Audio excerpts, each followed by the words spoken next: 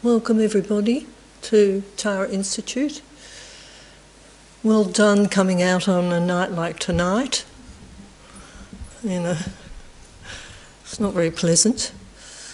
There'll be a few more nights like that, I suppose, though. So tonight I'll say the refuge prayer and then explain some aspects of it. And then go on to talk about patience, maybe anger, and do some meditation. So if you want to, you can say the refuge prayer, you can just listen, and I'll explain some things about it. I go for refuge until I'm enlightened to the Buddha, the Dharma, and the highest assembly from the virtuous merit that I collect by practicing giving and other perfections. May I attain the state of a Buddha to benefit all sentient beings. I go for refuge until I'm enlightened to the Buddha, the Dharma, and the highest assembly from the virtuous merit that I collect by practicing giving and other perfections. May I attain the state of a Buddha to benefit all sentient beings.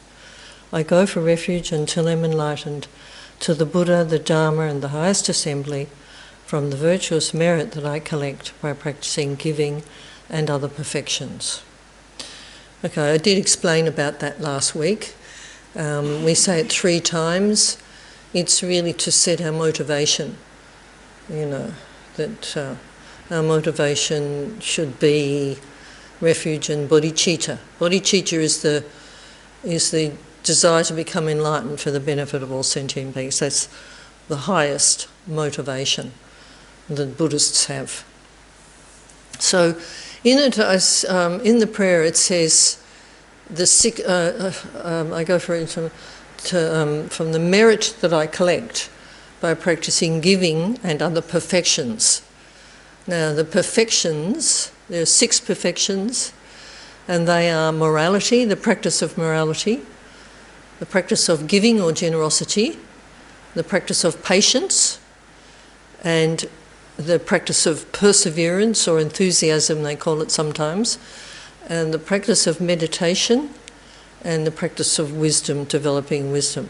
Now they're called perfections because to perfect those practices, a bodhisattva, meaning someone who wants to develop this bodhicitta, which is the desire to become enlightened, everything they do is aimed at becoming enlightened for the benefit of all beings. So they're called perfections because, yeah, sure, it's easy to practice morality and generosity, but the perfections of those are done with, and they usually practice to perfection by bodhisattvas aiming to become Buddhas. So, and the perfection of them is really not not the ordinary everyday sort of generosity.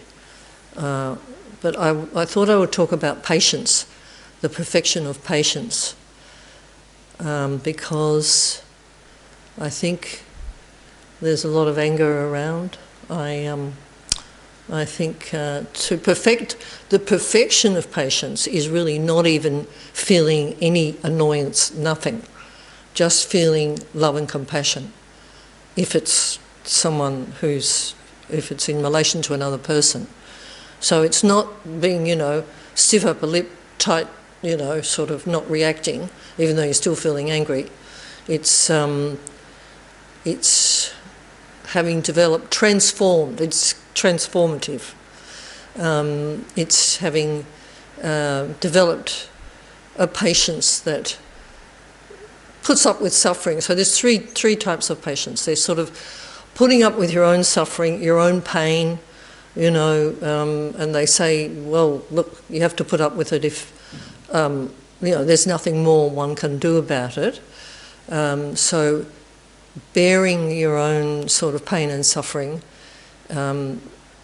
makes the suffering less and makes one's mind calmer. So that's one type of suffering. The next one is in relation to getting angry with other people. I'll explain that.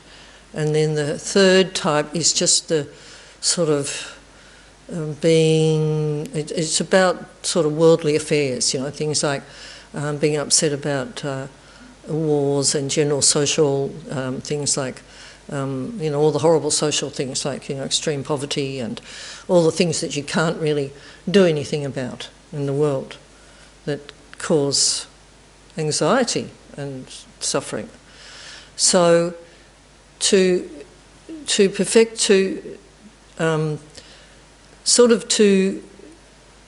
see our own pain and suffering, sometimes people they'll say, focus, or sort of really focus and go into any suffering, like if you've got sort of physical pain, or things don't go wrong, or something that you can't change, to go really into it, and that does sort of relieve it. It also makes you a better sort of person in a way, like a grander sort of person. So for patients, there's lots of different approaches to patients, and then there's like to think that in terms of other people annoying you or really pressing your buttons, the Shantideva, who's a great sort of Indian yogi, he who wrote a fabulous book called The Bodhisattva's Way of Life, he says that, okay, so someone hits you with a stick and it hurts, yeah, sure, but that you should be angry with the stick, not with the person, because the person's driven by totally disturbed mind of anger. They're in a terrible state, and so we should think like that. Now that's a pretty high practice, to think like that. If someone physically hurts you, to see that it's just the stick, it's not them. And to have compassion for them. That is true. Like for people, you can see that people who maybe harm other people, that they are in a very disturbed state of mind. We know from our own experience, our own disturbed states of mind. I notice that, because I'm so old, I notice the change now from in health settings. I notice they've got signs up saying, please be nice, or, please don't abuse the staff. Now, I'm saying, because in the early days when I used to go to the doctor, they never had any signs like that saying, please be, please be patient. Don't, be a patient, but be patient, sort of. So, and then I hear from colleagues and friends and things like that that they experience bullying, in their workplaces and things. And there's, so I think there must be a lot of bullying. I think people from during the pandemic sort of, suffered sort of a lot of frustration. Kids don't want to go to school now. They must be feeling quite a lot of anguish if they don't want to go to school. So I think there's a lot of need for the practice of patience. So one way of, as I said, one way of looking at it is this, to see the person as, another sort of way is to think, well, if there's nothing, this is a Shantideva sort of quote, if there's nothing you can do about a problem, why worry? If there is something you can do, why worry? Do it and don't worry. So that's a sort of another approach to patience. And also, to see, well, another sort of higher sort of practice would be to see the non-inherent existence of phenomena.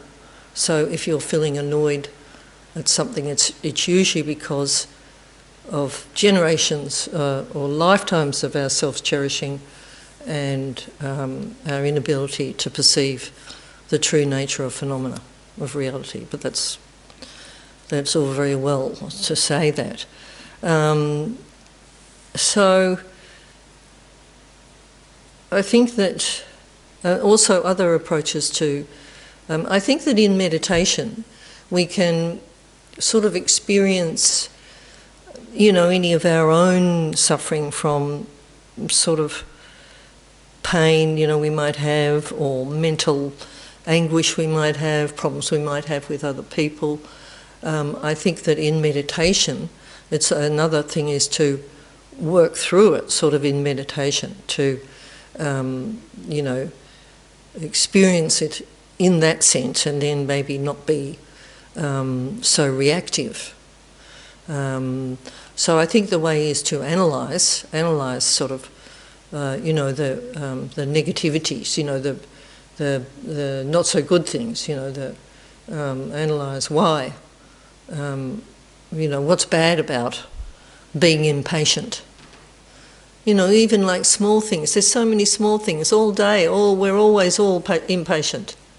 I mean, I didn't get you to come here and tell you that you're all impatient, but we do all find that. Like even driving here, they're meant to have fixed Kooyong Road, but it's worse than when they started fixing it. And my car's bumping up and down, and I thought, even then, mild irritation is, you have to watch that. You have to watch, I'm just saying it's a mild, or even unhappiness that starts and leads to, sort of anger. Like it can lead to worse anger. It can lead to lashing out. It can. Then there's also the whole theory of, that it's good to be assertive. It's good to be, one needs to be, because there's so much bullying going on, and, it's good to, especially for girls maybe, although I think that girls have probably got that organised, to be assertive, not to be downtrodden and that sort of thing. But in Buddhist theory, it's not good to express anger. It's good to develop the highest perfection of patience. That's the ultimate goal. And I think that maybe people do think, well, if I just let that person speak to me like that, or my kids, speak to me like that, then I'm not doing them a favour. But then being a role model for love and compassion is advisable, I think, for all of us. So the other types of patience are, interactions with others. And because we have a body and mind, we all suffer. I mean, we have a body that gets old, that dies, that gets sick, and we have a mind that, because body and mind in Buddhist theory are separate, although really closely interlinked, like totally, but of different nature. The mind is of the nature of just awareness, like total awareness. It has no physical form at all. And sometimes I find some arguing, not debating more with people who say, oh no, there's no mind, there's only the brain. Anyway, it's another thing. But yeah, we all have, and having a body and a mind means that we all suffer. We have this pervasive suffering. So, and what can we do about it? I mean, the Buddha can't take it out with his hand or with, and as Lama Zopa Rinpoche says, you can't, the doctor can't operate and take out all the suffering. Some, yeah, sure, some suffering, but so we have to do it with our mind. We have to develop patience, even with our own suffering and with all those other people and things out there. So I thought we could do some meditation. I'll just talk a bit about meditation. I think in meditation, as I said before, we can sort of go into our mind and try and at least work out or at least try to develop a calm mind in relation to any suffering. And for meditation, often the lamas or the teachers that I've had, they don't really lead the meditation in detail. They just say, meditate on this. So I thought that we could do some breathing meditation, which is always really good. If one feels angry or annoyed or can't cope or anything, I think that often the more one thinks about things, it makes one more anxious. One feels that one can't control. See, that's another thing. You can't control what's out there, really. And to a certain extent one can, control all the things that are happening out there. The only thing you can control is your mind, your reaction to it. That's another Shantideva thing, is you can't prevent, all the thorns and stones that hurt your feet. You can't put leather all over the world, all over the ground, but you can wear sandals. So that's an analogy for protecting your mind, developing the mind. That's the whole thing with Buddhism, developing the mind and developing qualities in the mind. So for meditation, sometimes it's good to sit comfortably, and if you feel there's problems, like you have problems, like it's not easy, don't worry about all that. And if thoughts arise, don't engage with them, because thoughts come and go. They are in the mind, but they're not substantial. They don't have any form. They're not there. Your thoughts are not really there to harm you. They're in themselves. They're not there to harm you, but they can if you allow, oneself to get angry and upset and lash out and all that sort of stuff. So don't worry about those things. Sometimes with meditation, as soon as one meditates, one can find all sorts of things going on in one's mind. Just try to focus on your breathing at first. So it's always good to, calm the mind and do some breathing. So I thought what we could do in terms of a meditation on patience is we choose the sort of patience that we think we personally need to deal with. Like if we're finding physical sort of, we don't have any patience with our physical situation, we can focus on that. Or if we have problems with neighbours or family, usually that's most of the problems are in the family, or neighbours, or colleagues, or bosses, so if we have problem with interaction with other people, we can use that situation to think, I'm going to develop patience. or at least I'm going to make the situation, make my mind stronger and not as reactive, and develop love and compassion. Love, mostly. Love being the wish for people to be happy, and compassion being the wish for people not to suffer. So we sit in a position that's comfortable with our back straight if possible, and we usually set our motivation being going from wanting to be just have a more controlled mind, have more control over our mind, to developing love and compassion for the sake of all beings. And then we focus on our breathing. Our position is we have our shoulders relaxed, our we breathe through our nose, and we have our arms sort of, not too far out from the body, not too tight into the body. Our hands, our right hand on top of our left, can be, whatever's comfortable there, and the tongue on the top palate, and the eyes sort of a bit open, sort of heading at a 45-degree angle in front. Not closed, because that might induce sleep, and not wide open because that might cause distractions. So we just think, okay, we breathe in a few more sharper, deeper, forceful breaths first.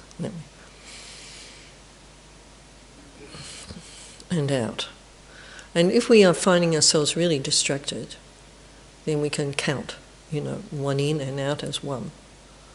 And the next one in and out as two. Inhalation and exhalation. So we have a few sort of more forceful breaths.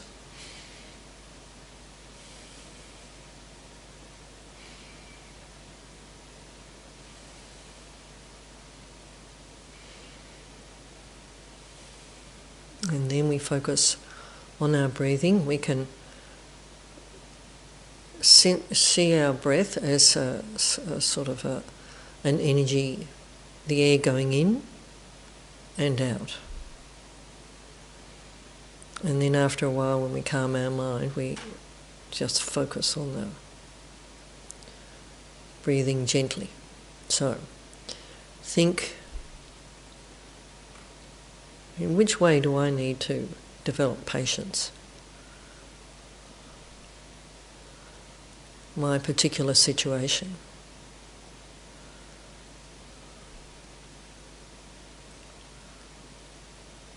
And see that in this meditation I am going to develop some level of patience. Putting up with physical aches and pains,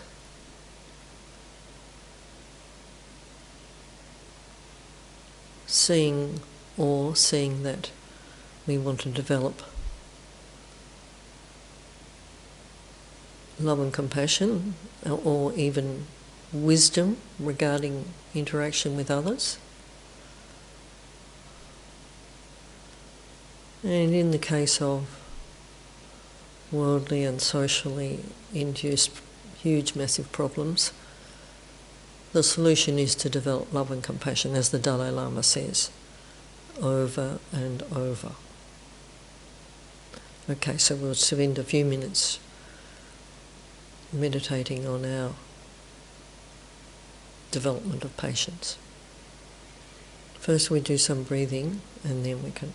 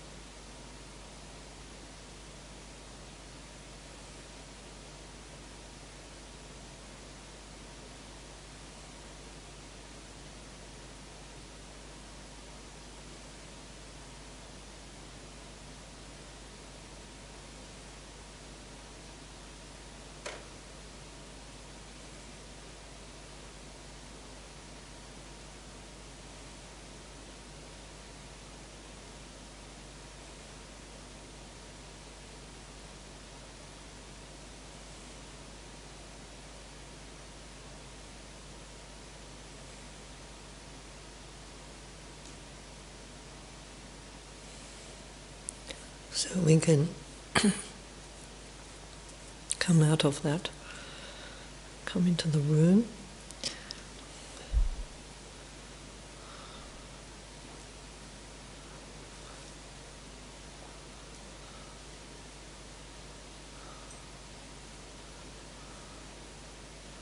Yeah, so as I said before, we can't control things that go on out there. We just can't. I mean, we might try to control our kids even, but they go out and have their own lives. And but we can control our mind. We can learn to. It's a long practice, and it doesn't happen immediately. It's most of the people, I'd say, the beings, I'd say, who've developed patience, have done so over lifetimes. I mean, the perfection of it over lifetimes. But it's worth starting somewhere, and to see that even just trying to, you can see that getting really annoyed and really upset and lashing out at people, or even just being mean to people because you're physically suffering. I think maybe, all that, I don't know about this, but that epidemic in the States about people on opioids, people who are really addicted to painkillers and that. I'm not saying they should put up with their suffering, but I think maybe thinking it's unbearable, even a small suffering, I have to, and I'm not against medication either, but I think, maybe lots of people just can't handle suffering at all. And doctors are trying to get them off these, painkillers. So anyway, that's a bit by the by, but, so...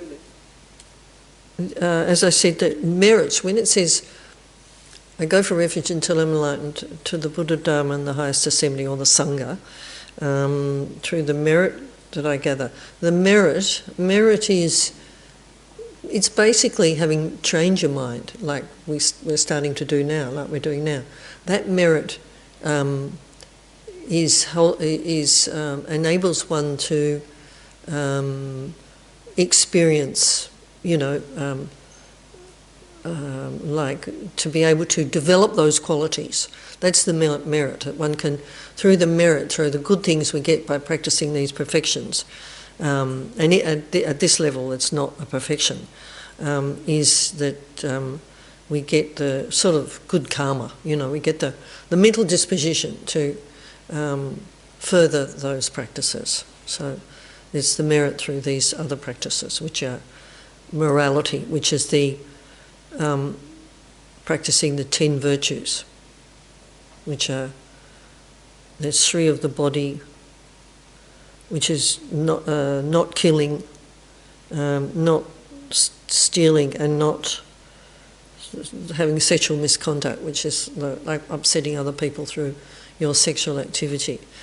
And then there's 4 of speech, which are lying, gossiping, even gossiping, harsh words, and divisive speech, trying to set people off against each other. And then of mental, virtuous, of the 10 virtues, is developing wisdom. Covetousness is one of another, but that's not developing covetousness, which means wanting to acquire other people's things. And a right view and a view of emptiness. And then the next one, generosity. Generosity is like at the perfection level. It's where a Buddha can have their arm cut off, if that's going to save someone, if that's going to help. That's generosity of the body. Generosity is is also, generosity of fearlessness, they say, helping people to be not fearful. That's a sort of a generosity. And then patience and perseverance is to have some sort of enthusiasm about practicing Dharma. What is practicing Dharma? That's, that virtually following the 10 virtuous actions, developing love and compassion, working on patience, not seeing anger as desirable. Well, it never is really, is it? If one feels angry, does that help?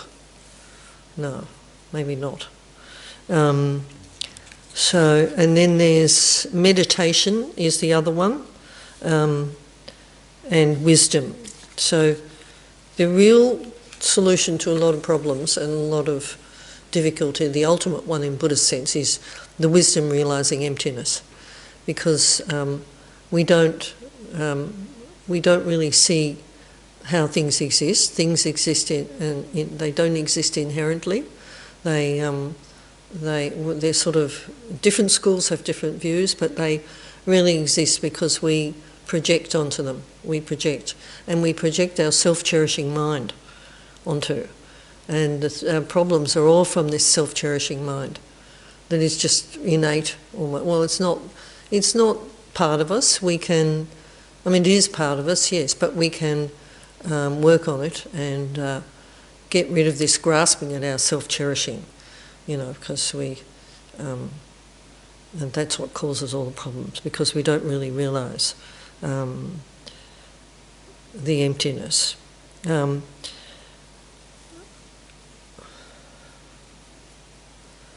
So we need to apply the antidote to emptiness, which is this realisation of wisdom, but also is developing patience.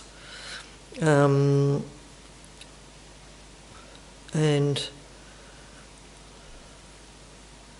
so we've always had problems of anger, like, in families, as I said before, and then the other form of developing patience is the other sort of teaching they say on patience is that we can't develop all the other qualities if we don't have patience. Like, we can't develop really morality, like ethics, if we don't have patience. Because, that makes us, if we don't have any patience, then we can't develop any of the others. And we can't really practice generosity if we don't have patience, if we don't sort of have some sort of patience. And we can't practice all those other things. So we can't really develop if we don't have a level of patience.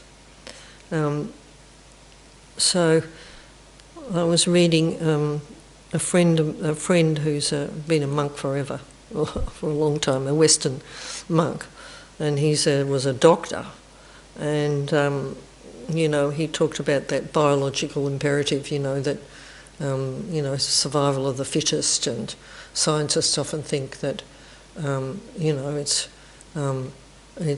just a normal, natural sort of state, being angry, aggressive, angry, or being dominant, or getting what you want.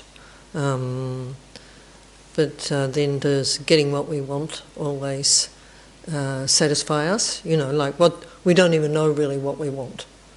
In some ways. But if we listen to enough Dharma teachings, we need love and compassion. So I think that, does anyone have any disagreement about that? Or comments? Or anything? No? I think, okay, so we can do some more just breathing meditation. Was that okay with the patience, with trying to develop patience? Yes. There's all sorts of other things they say about anger. It's really hard. I know that, with like people who've experienced domestic violence, homophobia, all those sorts of things. Really hard to be, to develop, a calm mind, financial ruin, addiction, all those things are really hard. So we're really lucky that we're listening to Dharma teachings. Really lucky. Well, I consider myself lucky too. And it's worth, sort of each day trying to. It's worth sort of trying to do a little bit of meditation every day, because otherwise you forget and you just end up going back into whatever. As I said last week, if you go to any of these like initiations, which are where you sort of do like a Tara initiation, or you're urged to do some mantras every day, and so that keeps up the practice. So one is urged to do, some meditation every day. And I'm sure no one, or maybe there's some people, but no one would really say, oh no, that meditation every day has really, been terrible. It's like, hasn't benefited me at all. So I'm sure no one, maybe someone might say that. So anyway, so I think that we can conclude and do a few minutes of meditation, just a breathing meditation this time. And apply it, as I say, breathing meditation is really good too for, if you get upset about something, it's really good for the nervous system, for your nervous system. Apparently, it also is good for breathing. For the breathing, like just focusing on your breathing, and it's. I mean, I know it's hard to try and focus into the pain. I get pain in my shoulders and that. Trying to focus on that sort of helps. So anyway, we can do some just plain breathing meditation for a few minutes. Okay, so I was just also going to say anger, manifests in all sorts of ways, such as hatred, irritation, even. So if we're feeling, unhappy, we need to watch that, because that can sort of get, that can escalate. And things like feeling really annoyed starts with being irritated, or like if I was getting a bit annoyed about the bumpy road that's even worse with my car, which is a mild thing, I know, but one could, then ring up the council and abuse someone, or, like, it's not that I'm going to do that. But even just small things like that, or even me here complaining about it. So I think we need to think, okay, the car's just a car, it's not going to, the wheels are not going to fall off even though they feel as though they're going to. Anyway, so yes, it can manifest in irritation, hatred, jealousy, belligerence, resentment, and fear. It all disturbs our mind and makes us unable to enjoy even the simplest pleasures, such as a meal or even a good night's sleep, and the joys of being with family and children. It's our worst enemy, because that's one aspect of developing patience, is that it's our worst enemy, because an external enemy can kill us and hurt us, but that's only in this life, But this, our internal enemy, our, anger, that can destroy, if one believes in, which Buddhists do, in future lives, that can destroy the pleasure of future lives and future rebirths. And so it's really our worst enemy, anger, because it it disturbs one's mind. If one doesn't work on one's mind, then one can, and very important to develop meditation practice, because when one dies, one needs to, have a mind of love and compassion and patience, and to have all those good things. So, all right, we can do a bit more of breathing meditation.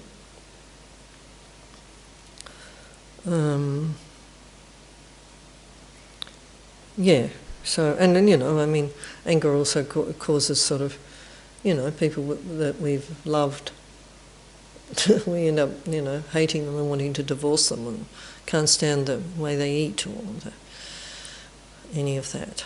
So it gets out of hand. All right, so we can just relax our body.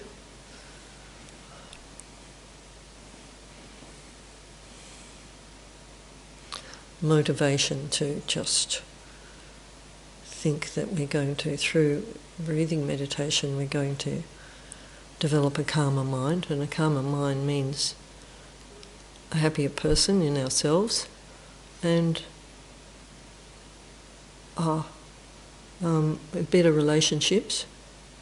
And because an angry person doesn't look very good and no one wants to be with them, no one wants to be around them.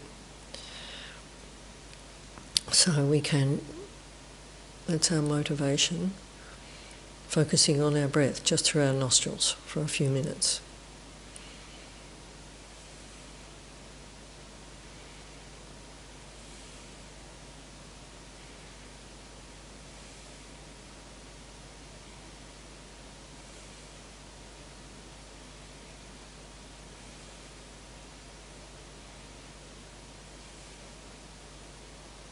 Relax the body.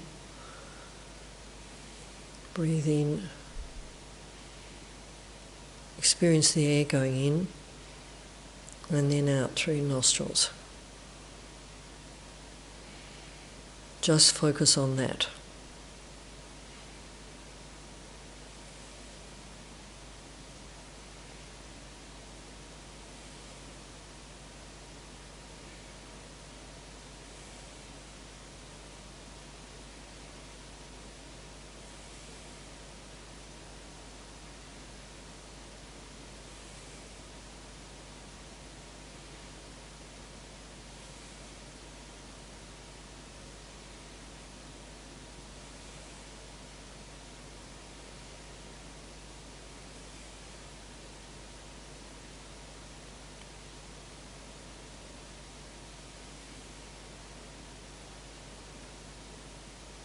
Don't worry about any thoughts arising. They're like clouds in the sky, in a clear sky.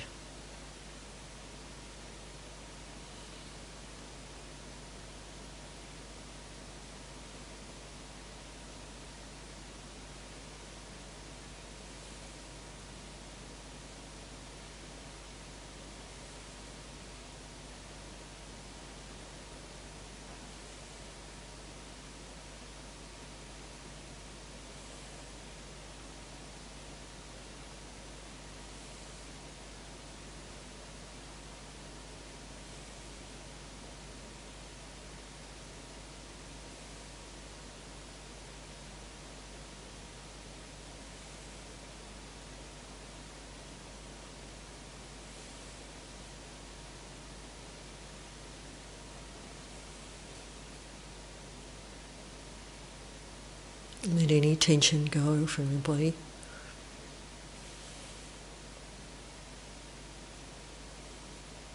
Any stress from your mind.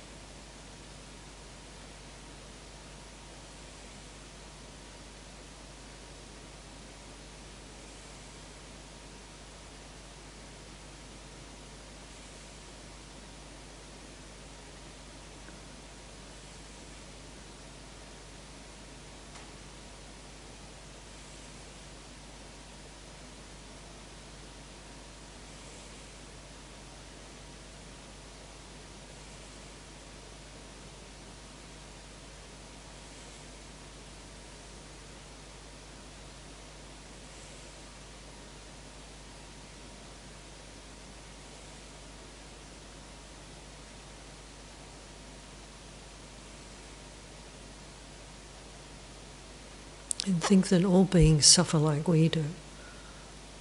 All beings. So we suffer along with them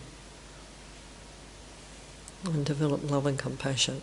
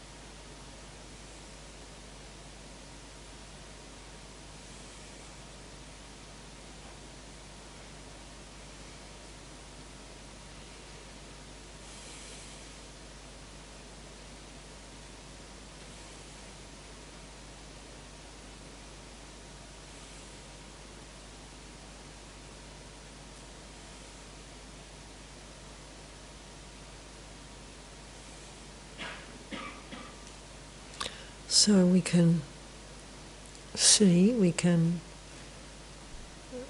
that most Buddhist, most things, most activities happen within our minds. Like most in Buddhism, it's all about developing these qualities in our mind. And, also doing good things out there.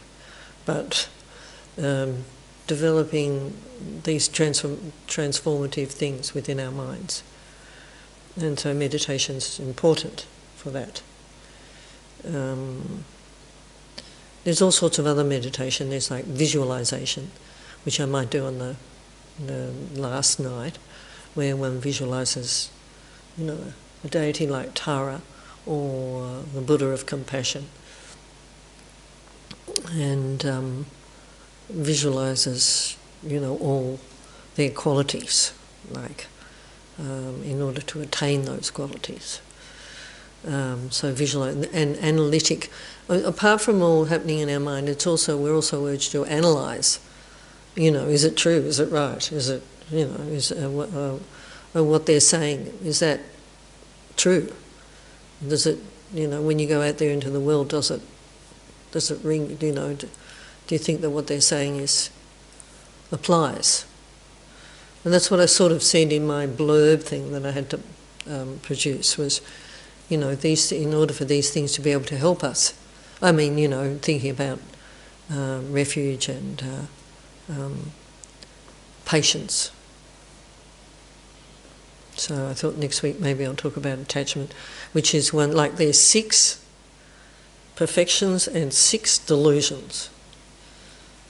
And the delusions are attachment, anger, ignorance, the ignorance that doesn't see phenomena as it really is, that projects all this sort of embellishment onto it, whether good or bad. And then pride and doubt and wrong views, like saying, there's no Buddha and there's no, there's no karma, which a lot of people do say, which is fair enough. Okay, any questions? If you're all still awake? No? Okay. Well, if you have any questions, if you want me to talk about anything, not that I know, I try to avoid talking about karma, hidden phenomena, and reincarnation, those things, because they call them hidden phenomena, which is hard to prove logically, although there is a logic to it, but is often based on sort of belief, because it's not apparent, a lot of it. All right, well, thank you for coming out on this cold beginning of winter night. There's more to come. At least my team won today. So...